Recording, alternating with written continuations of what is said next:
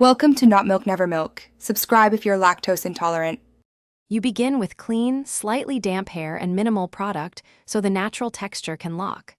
First, use clips to section into 6 to 12 uneven parts based on how dense you want the dreads.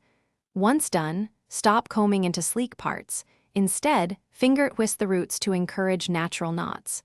You want the hair to mat, not be forced into tight plaits. Make sure to keep moisture low and avoid heavy creams, because oils and conditioners slow the freeform locking process.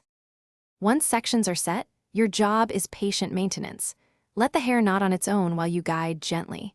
You should palm roll or palm twist only when a section unravels, because over-manipulation delays natural matting. Wash with a residue-free shampoo every 1 to 2 weeks to prevent buildup.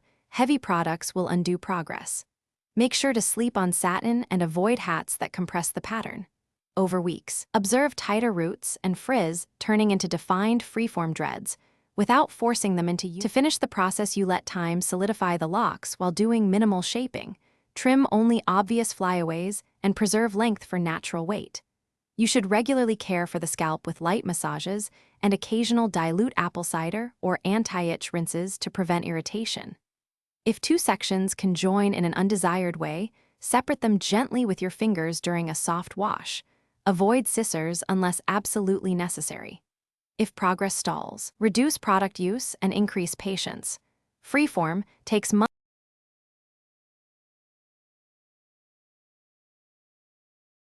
Thanks for watching. If this was helpful, leave a like and consider subscribing. See you next time.